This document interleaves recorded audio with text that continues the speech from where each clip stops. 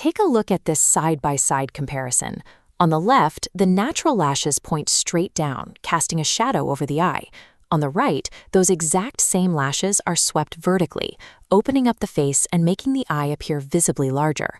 A professional lash lift achieves this by using a targeted chemical solution to reshape the natural hair from the base. It gives you the permanent upward sweep of a mechanical curler, eliminating the need for daily makeup manipulation or invasive procedures. To execute this properly, your workstation requires a specific set of tools.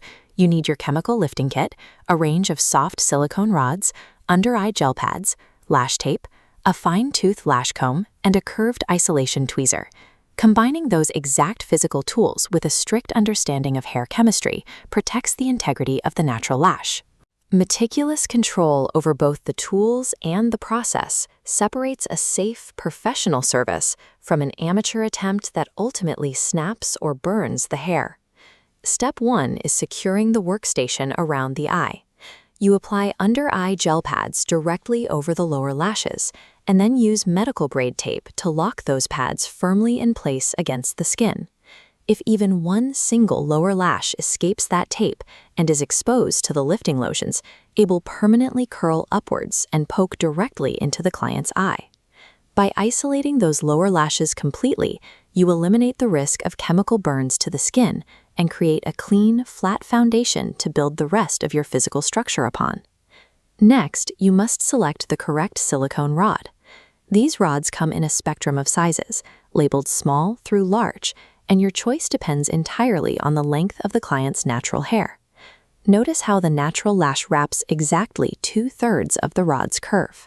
That 66% coverage is required for an optimal lift. If the rod is too small, the hair wraps over the apex, creating an unnatural hook.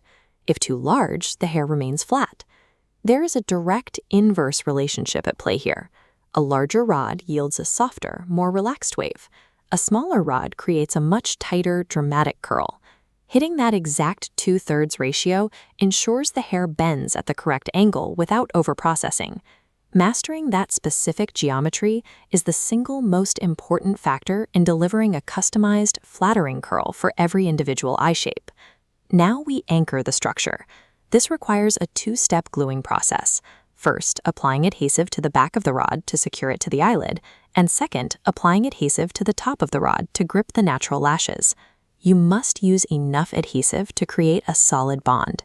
If you use too little, the chemical lotions applied in the next step will dissolve the weak glue, causing the lashes to pop off the rod mid-treatment and ruining the curl.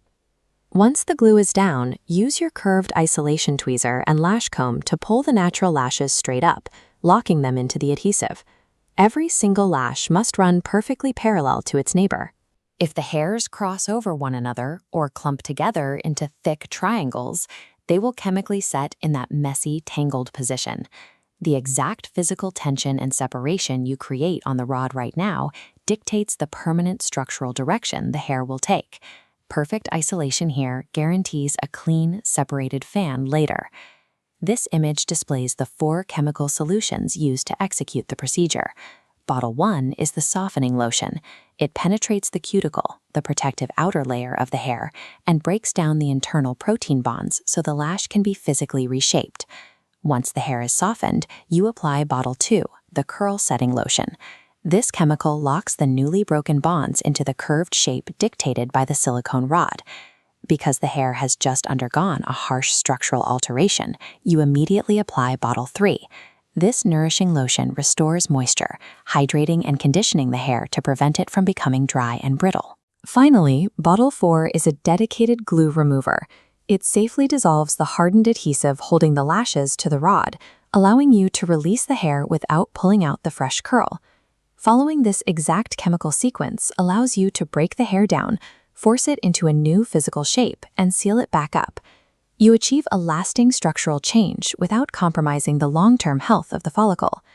To finish the physical procedure, you gently peel away the silicone rods, wipe off any residual adhesive, and use a clean spoolie brush to comb out the final shape. However, the chemical setting process is still active. For the next 24 hours, the client must keep the lashes completely dry. That means absolutely no water, no hot steam from showers, and no mascara. They must also avoid sleeping on their stomach. Pressing the still vulnerable lashes into a pillow will physically crush the curl, bending the hair into jagged angles before the internal bonds have fully hardened. The structural bonds take a full day to permanently lock into place. Strict client compliance during that 24-hour window is just as vital to the final result as the technician's chemical application in the salon. When the client finally opens their eyes, you should see the ideal end state.